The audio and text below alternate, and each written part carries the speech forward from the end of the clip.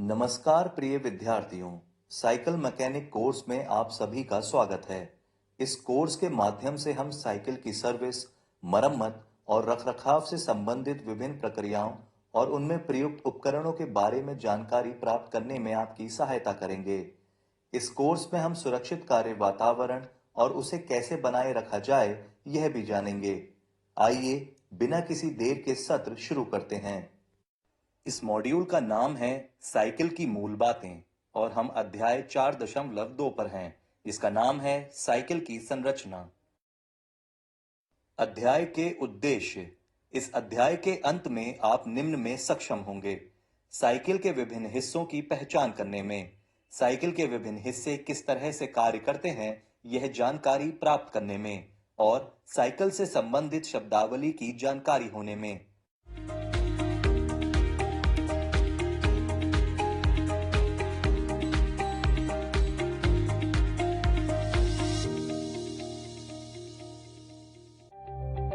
Gear cycle की संरचना। अब मैं आपको बाइसिकल और उसके कंपोनेंट्स के बारे में बताऊंगा। सबसे पहले बात करते हैं हम बाइसिकल के फ्रेम के बारे में। बाइसिकल का फ्रेम जो ये पार्ट होता है, ये मेजरली या नॉर्मली कहें तो 3 तरीके के मटेरियल से बनता है। ये स्टील का भी होता है, एल्यूमिनियम अलॉय का भी होता है, और कुछ जो परफॉर्मेंस या हाई एंड की जो साइकिलें होती हैं उनमें कार्बन फाइबर मटेरियल का यूज होता है। फ्रेम के इस पार्ट को टॉप ट्यूब कहते हैं, इस पार्ट को डाउन ट्यूब बोलते हैं, इस पार्ट को सीट ट्यूब बोलते हैं, इस पार्ट को सीट स्टे बोलते हैं, इस पार्ट को चेन स्टे बोलते हैं, और फाइनली ये जो लास्ट पार्ट होता है इसको हेड ट्यूब बोलते हैं। और बाइसिकल फ्रेम के इस पार्ट को बीबी सेल बोलते हैं, जिसके अंदर बीबी एक्सल माउंट होता है, ये वाला पार्ट। अब जब जो हम दूसरे पार्ट या कंपोनेंट के बारे में बात करने जा रहे हैं, उसको हम बोलते हैं सस्पेंशन फोर्क। सस्पेंशन फोर्क का उपयोग जो होता है वो जर्क फ्री राइड के लिए होता है। सड़क पे चलते समय, किसी भी टेरेन में चलते समय जो अनइवन रोड्स या गड्ढे होते हैं जिनकी वजह से इंपैक्ट आपके हाथों पे आता है, उनको एब्जॉर्ब करने के लिए सस्पेंशन फोर्क्स का उपयोग किया जाता है। इसमें सस्पेंशन फोर्क जो होते हैं वो यूजुअली नॉर्मली 4 प्रकार के आते हैं। पहला जो होता है मैकेनिकल सस्पेंशन फोर्क, जो स्प्रिंग बेस्ड होता है, जिसमें नॉर्मल स्प्रिंग होती है, वो रेगुलर सस्पेंशन होते हैं और वो परमानेंट 100% टाइम वो एक्टिव मोड में रहते हैं। आप जब भी साइकिल को चलाओगे तो जो भी नॉर्मल अनइवन रोड्स आएंगे, प्रोफाइल्स आएंगे, उसमें वो आपके जर्क को एब्जॉर्ब करेंगे और आपके हाथों पे, बॉडी पोस्चर पे कोई इंपैक्ट नहीं पड़ने देंगे। दूसरा जो सस्पेंशन फोर्क का मॉडल आता है वो होता है लॉकआउट वाला मॉडल। इसमें क्या होता है कि इसमें एक एडिशनल फीचर होता है जिसमें आप अपने सस्पेंशन फोर्क को लॉक कर सकते हैं या अनलॉक कर सकते हैं। लॉक करने का फीचर या फायदा क्या होता है कि जब आप बाइसिकल को किसी प्लेन स्मूथ टेरेन पे चला रहे हैं जहां पे आपको सस्पेंशन की जरूरत नहीं है, तब आप इस सस्पेंशन फोर्क को लॉक कर देते हैं और वो आपको एक स्पीडी राइड प्रोवाइड करता है। अनलॉक करने का मतलब कि आपने सस्पेंशन फोर्क को एक्टिवेट मोड में डाल दिया है और जब भी आप किसी अनइवन रोड पे, अनइवन ट्रेन पे जाते हैं तो वहां पे जो भी जर्क्स होते हैं उनको ये सस्पेंशन फोर्क एब्जॉर्ब कर लेता है और आपके हाथों को और आपकी बॉडी पोस्चर को कोई भी इंपैक्ट पड़ने नहीं देता है। तीसरा मॉडल जो आता है इसमें, या जो नॉर्मली मार्केट में ट्रेंड में अवेलेबल है, वो होता है hydraulic suspension. Hydraulic suspension lockout क्या होता है कि उसमें जो सस्पेंशन फोर्क का ये हिस्सा, ये जो हिस्सा है लोअर लेग, इसमें वो सस्पेंशन के सिलेंडर यूज किए जाते हैं, हाइड्रोलिक के सिलेंडर यूज किए जाते हैं जो आपको और स्मूथ परफॉर्मेंस प्रोवाइड करते हैं in comparison to spring based. Okay, और इसके बाद जो चौथा और सबसे हाई एंड जो मॉडल अभी तक मार्केट में यूज किया जा रहा है वो होते हैं एयर बेस्ड सस्पेंशन, जिसमें आपके लोअर लेग के अंदर एयर सस्पेंशन यूज किए जाते हैं जो बहुत ही हाई प्रिसीजन और high performance jerk free ride या सस्पेंशन प्रोवाइड करते हैं राइडर को। अब जो हम अगले कंपोनेंट के बारे में बात करने जा रहे हैं उनको हम कहते हैं हेडसेट, जो हेड ट्यूब के अंदर होता है, स्टेम जिसके ऊपर हैंडल बार माउंट होती है, और ये तीसरा पार्ट जो है हैंडल बार, जिसके ऊपर आपकी shift gear, handle bar, grip, ये सारे कंपोनेंट लगे होते हैं। अब इनके उपयोग के बारे में बात करते हैं। सबसे पहला पार्ट जो होता है हेडसेट, जो हेड ट्यूब के अंदर होता है। हेडसेट का उपयोग क्या होता है कि ये आपकी बाइसिकल की स्टीयरिंग क्वालिटी मतलब आप कैसे मूव कर रहे हो, कहां ले जा रहे हो, कौन से डायरेक्शन में मुड़ना चाहते हो, उस क्वालिटी को डिफाइन करता है और फिक्स करता है। दूसरा पार्ट जो होता है हेड स्टेम, हेड स्टेम वो पार्ट होता है या वो कंपोनेंट होता है जिसके ऊपर आप हैंडल बार को माउंट करते हो, और ये जो है आपकी राइडिंग पोस्चर, जब आप बाइसिकल चला रहे हो तो आपकी राइडिंग पोस्चर को डिफाइन करता है। थर्ड कंपोनेंट हैंडल बार जो है, इस पे आपको ब्रेक लीवर को माउंट करना होता है, गियर शिफ्टर्स को माउंट करना होता है, और भी बहुत सारी एसेसरीज जो होती हैं उनको आप इसके ऊपर माउंट करते हो और यूज करते हो। हैंडल बार का सबसे बड़ा उपयोग जो होता है आपका सही राइडिंग पोस्चर फिक्स करने में हेल्प करता है। आपके हैंडल बार के लेंथ कितनी होनी चाहिए, आपकी बॉडी, आपके वेट और आपके यूजेस के हिसाब से आप कौन से टेरेन में एमटीबी बाइक यूज करने जा रहे हो, हाइब्रिड बाइक यूज करने जा रहे हो, रोड बाइक यूज करने जा रहे हो, उसके बेसिस पे भी हैंडल बार की लेंथ चेंज होती है और आपकी बॉडी हाइट के हिसाब से, पोस्चर के हिसाब से हैंडल बार को भी चेंज किया जाता है। अब अगला कंपोनेंट या पार्ट जिसके बारे में हम बात करने जा रहे हैं उनको हम बोलते हैं सैडल और सीट पोस्ट। इसके लिए मैं आपको इसको निकाल के दिखाता हूं। ये जो ऊपर जो कुशन फोम वाली चीज है इसको हम सैडल बोलते हैं, जिसके ऊपर हम बैठते हैं और बैठ के बाइसिकल को राइड करते हैं। ये जितना कंफर्टेबल रहेगा, जितना सही वेल पोजीशन रहेगा, आपकी राइड को उतना ही बढ़िया, कंफर्टेबल और इंजॉयबल बनाएगा। दूसरी चीज, ये जो सीट पोस्ट है इसकी लेंथ अलग अलग साइकिलों में अलग अलग होती है और ये एडजस्टेबल की जाती है ताकि आप अपनी रिक्वायरमेंट, नीड, टेरेन के हिसाब से अपने सैडल की पोजीशन को एडजस्ट कर सकें। अगर डाउन हिल करनी है तो आप इसको नीचे कर सकते हो, आपको अप हिल करनी है इसको ऊपर कर सकते हो, आपके जैसे भी यूजेस हो उसके हिसाब से आपकी इसकी पोजीशन को फिक्स कर सकते हो। अब हम जो नेक्स्ट सेट ऑफ कंपोनेंट्स के बारे में बात करने जा रहे हैं वो है ड्राइव ट्रेन। ड्राइव ट्रेन, आप इसको हार्ट ऑफ बाइसिकल भी कह सकते हो, क्योंकि यही वो सेट ऑफ पार्ट्स होते हैं, सेट ऑफ कंपोनेंट्स होते हैं जो आपकी बाइसिकल का परफॉर्मेंस डिफाइन करते हैं या उसको इंप्रूव करते हैं, और जिसका रिजल्ट होता है आपकी बाइसिकलिंग एक्सपीरियंस पे, और वो आपको और ज्यादा से ज्यादा बाइसिकलिंग करने में पुश करती है, इन्वॉल्व करती है। ठीक है, तो बात करते हैं ड्राइव ट्रेन कंपोनेंट्स के बारे में। इन कंपोनेंट्स में क्या क्या होते हैं? सबसे पहले आता है शिफ्टर। शिफ्टर वो कंपोनेंट है जो आपकी गियर कॉम्बिनेशन को शिफ्ट करके, चेंज करके मेंटेन करने में आपकी मदद करता है। दूसरा कंपोनेंट आता है एफडी, फ्रंट डिरेलर। ये फ्रंट डिरेलर जो होता है आपके फ्रंट व्हील पे, चेन व्हील पे, इसको जो क्रैंक बोलते हैं, चेन व्हील बोलते हैं, इस पे गियर्स, चेन की शिफ्टिंग का टूल है या पार्ट है जो इसको शिफ्ट करता है। अगला पार्ट आता है RD, rear derailleur. Rear derailleur जो होता है, ये जो पीछे फ्री व्हील, कैसेट, जो भी बोलो आप इसको, या तो फ्री व्हील बोलते हैं या तो कैसेट बोलते हैं, इस पे जो गियर की शिफ्टिंग होती है वो इस आरडी के थ्रू होती है, आरडी के हेल्प से होती है। और जो सबसे बड़ा और इम्पोर्टेंट लिंक है इन सब कंपोनेंट्स के बीच में वो होता है चेन, जो गियर की शिफ्टिंग को और गियर की परफॉर्मेंस को और गियर अलाइंड है या नहीं है उसको डिफाइन करता है। तो ये सारे सेट ऑफ कंपोनेंट्स जो होते हैं वो ड्राइव ट्रेन होते हैं। ये कंपोनेंट्स कौन कौन से हैं? शिफ्टर, एफडी, आरडी, क्रैंक या चेन व्हील, फ्री व्हील या कैसेट और चेन। ये सेट ऑफ कंपोनेंट्स को हम बाइसिकल का ड्राइव ट्रेन सिस्टम बोलते हैं। अब हम जो अगले पार्ट के बारे में बात करने जा रहे हैं, कंपोनेंट के बारे में बात करने जा रहे हैं, वो बाइसिकल का एक बहुत ही जरूरी और अहम कंपोनेंट होता है जो बाइसिकल और राइडर दोनों की सेफ्टी के लिए बहुत इंपॉर्टेंट और जिम्मेदार होता है। ये कंपोनेंट है ब्रेक्स।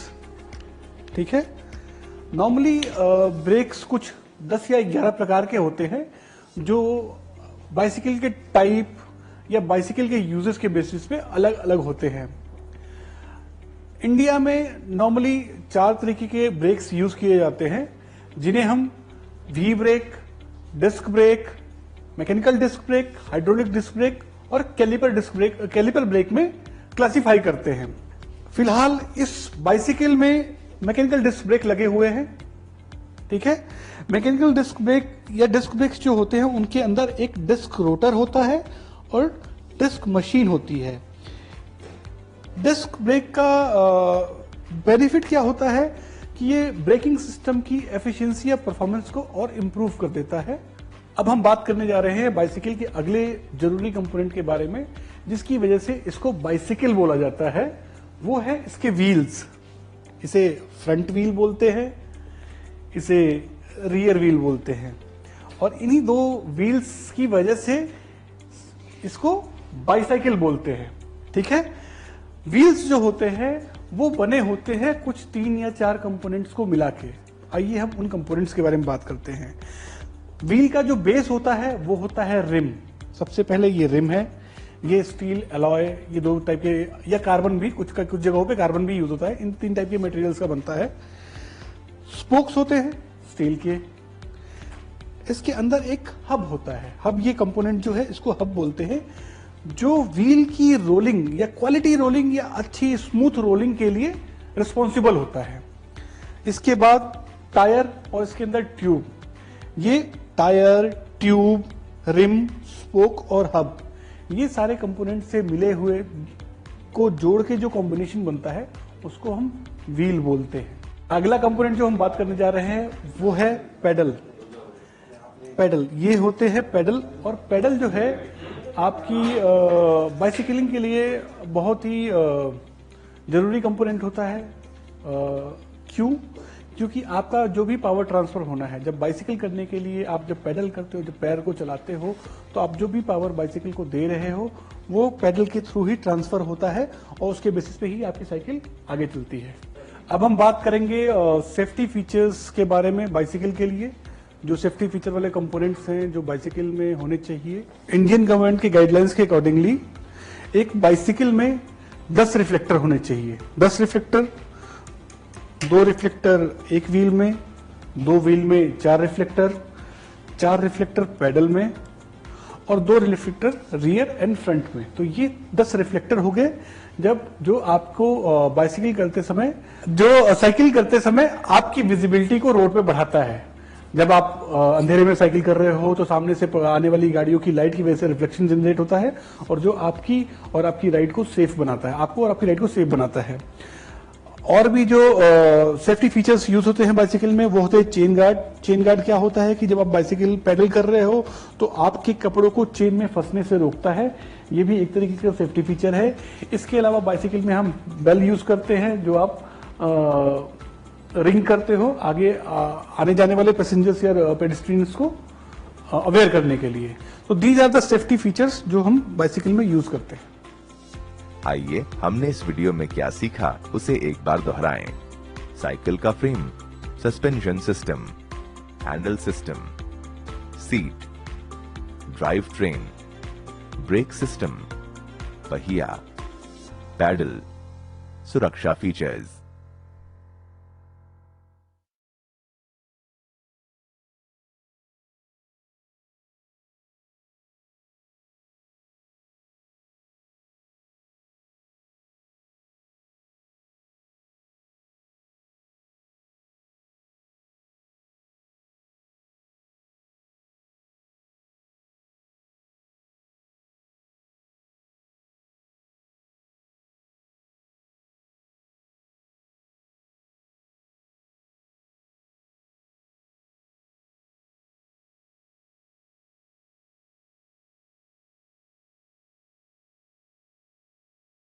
साइकिल की संरचना।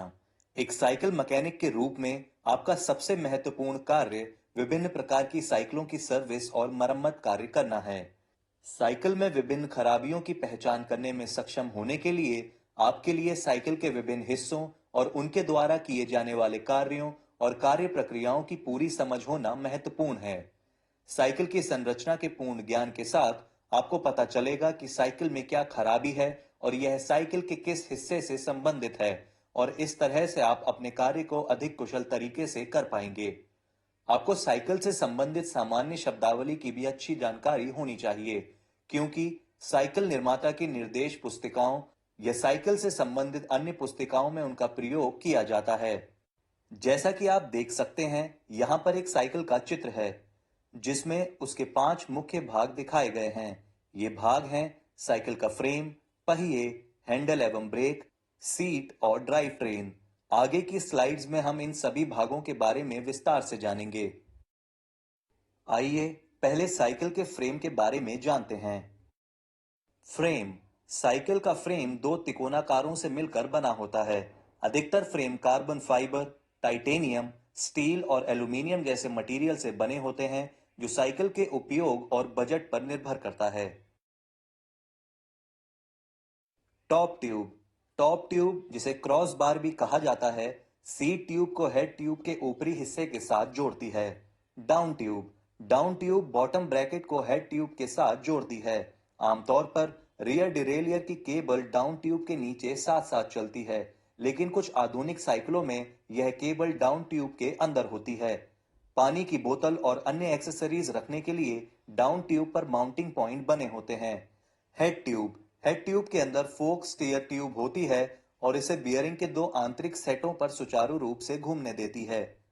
Seat tube. Seat tube bottom bracket shell से सैडल तक होती है और सीट स्टे को टॉप ट्यूब और चेन स्टे को डाउन ट्यूब के साथ जोड़ती है। सीट ट्यूब के ऊपरी हिस्से में सीट पोस्ट जुड़ी होती है। Seat stay. Seat stay seat tube के ऊपर से पिछले ड्रॉप आउट तक तिरछे नीचे की ओर चलती है। सीट स्टे पिछले पहिए के दोनों ओर होती है और पहिए के ठीक ऊपर एक ब्रिज या ब्रेस से जुड़ी होती है। Chain stay. चेन स्टे पिछले ड्रॉप आउट को बॉटम ब्रैकेट शेल के साथ जोड़ती है और सीट स्टे की तरह पिछले पहिए के दोनों ओर होती है। फॉर्क। फॉर्क सामने के पहिए को फ्रेम के साथ जोड़ता है। दो ब्लेड स्टीयरर ट्यूब के नीचे से निकलकर पहिए के दोनों ओर नीचे चलते हैं।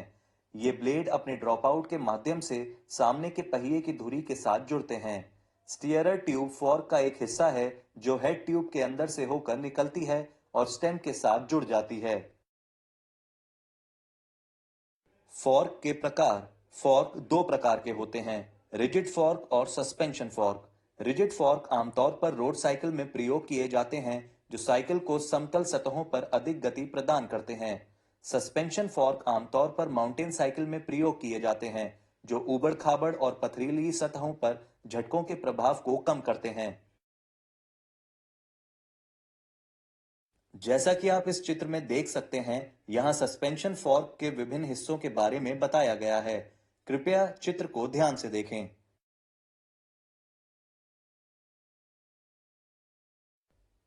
सस्पेंशन फॉर्क के प्रकार। Spring loaded. यह साधारण प्रकार का सस्पेंशन फॉर्क है जिसमें दोनों ब्लेडों पर कॉइल स्प्रिंग होता है। इसमें आमतौर पर 50 मिलीमीटर से 75 मिलीमीटर का ट्रैवल होता है। प्रीलोड एडजस्टर के साथ स्प्रिंग लोडेड। यह भी साधारण प्रकार का सस्पेंशन फॉर्क है जिसमें दोनों ब्लेडों पर 75 मिलीमीटर के ट्रैवल के साथ कॉइल स्प्रिंग होता है। इसमें प्रीलोड एडजस्टर होता है जिसके माध्यम से फॉर्क को आवश्यकता के अनुसार ट्यून किया जा सकता है। इसे सतह और साइकिल चालक के वजन के अनुसार लचीला या स्थिर यानी रिजिड बनाया जा सकता है। Hydraulic lockout suspension fork. इस फॉर्क में एक ब्लेड में कॉइल स्प्रिंग और दूसरे ब्लेड में hydraulic lockout damper 100 millimetre travel के साथ लगे होते हैं। कॉइल स्प्रिंग में प्रीलोड एडजस्टर होता है। लॉकआउट के माध्यम से फॉर्क ट्रैवल को बंद करके इसे स्थिर किया जा सकता है। Air suspension fork. इस फॉर्क में एक ब्लेड में एयर स्प्रिंग और दूसरे ब्लेड में हाइड्रोलिक लॉकआउट डैम्पर 100 मिलीमीटर या अधिक ट्रैवल के साथ लगे होते हैं। एयर स्प्रिंग को आवश्यकता के अनुसार एडजस्ट और रिबाउंड को नियंत्रित किया जा सकता है। लॉकआउट के माध्यम से फॉर्क ट्रैवल को बंद किया जा सकता है। Remote lockout fork. इस फॉर्क में एक ब्लेड में कॉइल स्प्रिंग और दूसरे ब्लेड में hydraulic lockout damper 100 millimetre travel के साथ लगे होते हैं।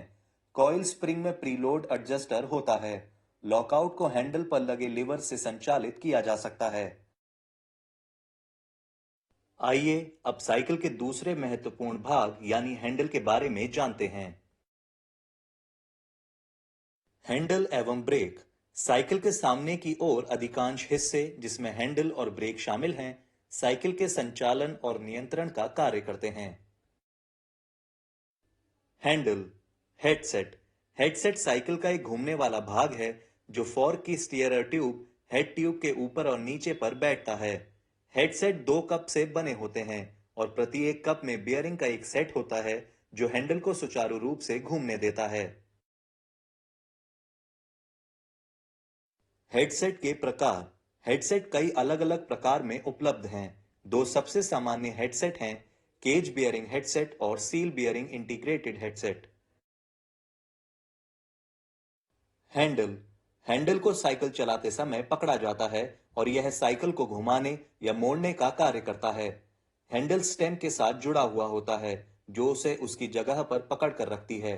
कुछ आधुनिक साइकिलों में इंटीग्रेटेड हैंडल का प्रयोग किया जाता है जिसमें हैंडल और स्टेम एक साथ जुड़े होते हैं। स्टेम स्टेम फोर्क की स्टीयरर ट्यूब के साथ हैंडल को जोड़ती है। हैंडल कई प्रकार के होते हैं जो साइकिल के प्रयोग करने के उद्देश्यों पर निर्भर करते हैं। ये हैंडल हैं flat handle, riser handle, bullhorn handle, drop handle, arrow handle, cruiser handle, butterfly handle और बीएमएक्स हैंडल। सबसे अधिक फ्लैट और ड्रॉप हैंडल का प्रयोग किया जाता है। ग्रिप एवं हैंडल टेप। ग्रिप आमतौर पर माउंटेन साइकिल, हाइब्रिड साइकिल और बीएमएक्स साइकिल पर लगाई जाती है, जबकि रोड साइकिलों पर हैंडल टेप का प्रयोग किया जाता है। ग्रिप दानेदार रबर से बनी होती है, जिसके कारण ज्यादा दबाए बिना हैंडल पर पकड़ बनी रहती है। ग्रिप कंपन को कम करने में भी सहायता करती है, जिसके कारण हैंडल पर नियंत्रण बढ़ जाता है।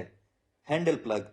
हैंडल प्लग छोटे प्लग होते हैं जो गिरने या दुर्घटनाग्रस्त होने की स्थिति में चोट से बचाव के लिए हैंडल के सिरे पर लगाए जाते हैं। खुले सिरे वाले हैंडल नुकीले होते हैं और आसानी से त्वचा के अंदर घुस सकते हैं।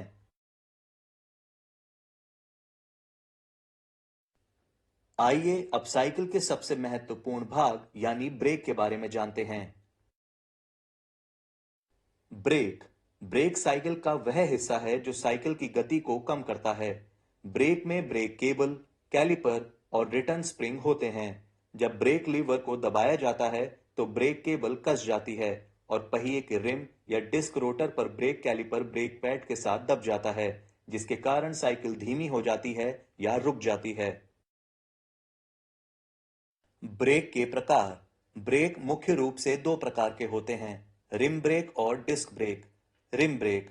रिम ब्रेक पहिए के रिम पर लगाए जाते हैं और ब्रेक पैड का उपयोग करते हैं। रिम ब्रेक सबसे अधिक प्रयोग किए जाते हैं क्योंकि ये हल्के, सस्ते, रखरखाव में आसान और शक्तिशाली हैं। रिम ब्रेक बारिश में या गीली सतह पर अच्छी तरह से काम नहीं करते हैं। रिम ब्रेक तीन मुख्य प्रकारों में आते हैं, कैलिपर, कैंटिलीवर और V brake. Disc brake. Disc brake को एक धातु की डिस्क पर लगाया जाता है। यह डिस्क, जिसे रोटर कहा जाता है, पहिए के हब के साथ जुड़ी होती है। डिस्क ब्रेक बारिश में या गीली सतह पर बेहतर काम करते हैं और रिम ब्रेक की तुलना में अधिक मजबूत होते हैं।